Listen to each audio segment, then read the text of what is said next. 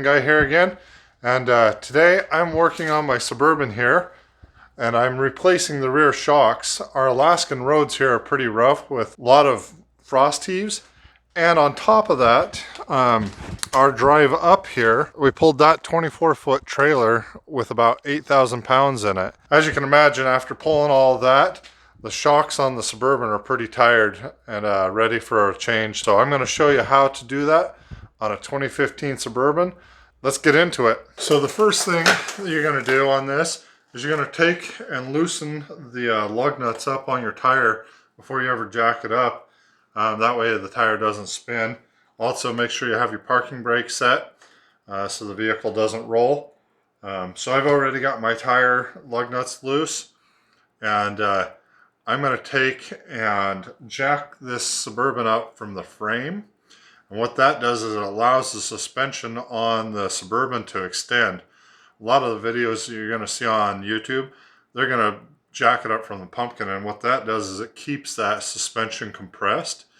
And as soon as you pop off the bottom one, it can push down, or it can get wedged in there into the bracket and make it hard to do. So by jacking it up from the frame, it lets that suspension and the back axle kind of drop. And that allows that shock to extend fully. Then it won't be under tension anymore. So tip for you, not sure why others don't do it that way, but it definitely makes it a lot easier.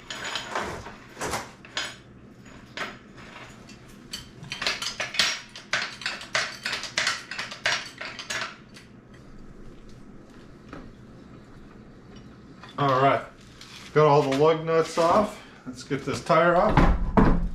I like to give it a good bump in on the top and then rock it out. That seems to make it the easiest for me.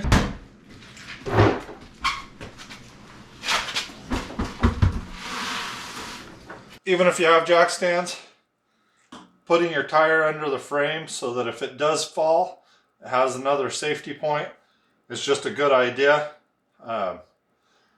And on top of it, it gets the tire out of the way. This is the shock and the piece that I'm going to be replacing. For tools, you're going to need a ratchet set, pliers, and a wrench if you don't have pneumatic tools. I don't yet, future wish, but I don't have pneumatic tools at the moment.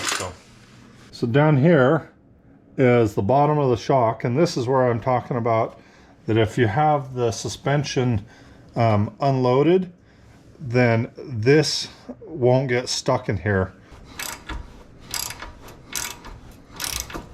That makes getting the bolt out pretty easy.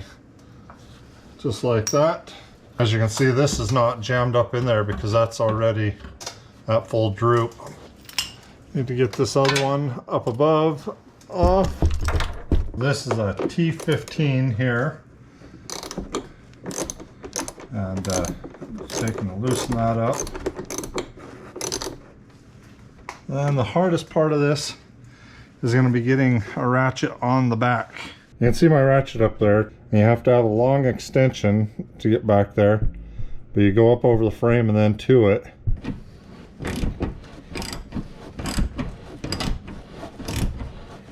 That's the air line. You just grab a hold of that, pull her down. Now this should just slide off real easy like that. And the air line is now disconnected.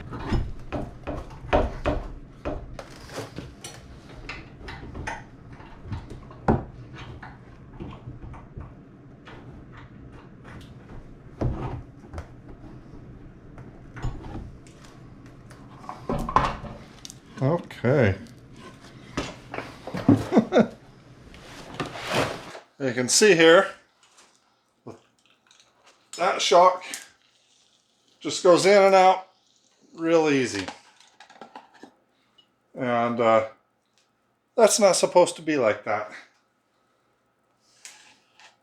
So let's get the new shock on there and get this tire back on.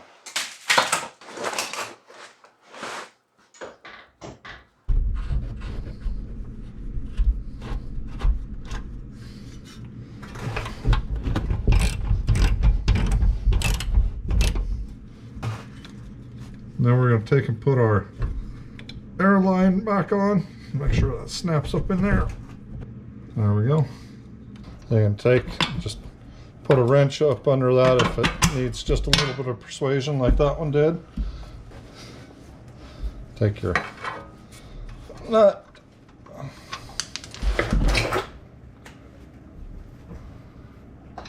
Bend your arm all the way around. Backwards and forwards and every which wards.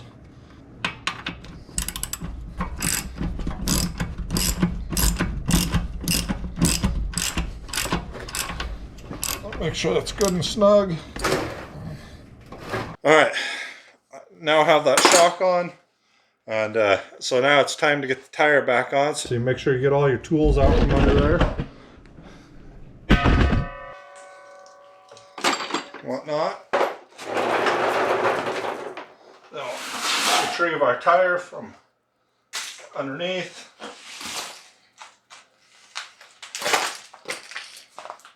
Got my tire back on here.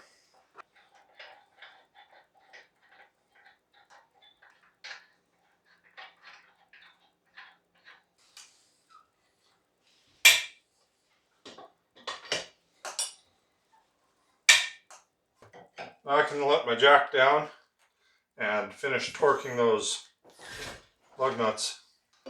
Make sure they're good and tight, but not so tight that you can't get it off if you get a flat. That's one side. Now I just got to do the exact same thing on the other side. Thanks for watching that one. I hope you found that helpful. Not too hard to do. It's a fairly easy job. Just takes a little bit of time, some tools, but you can save yourself quite a bit of money versus taking it in. So I'll see you on the next one. Don't forget to hit that subscribe. Bye.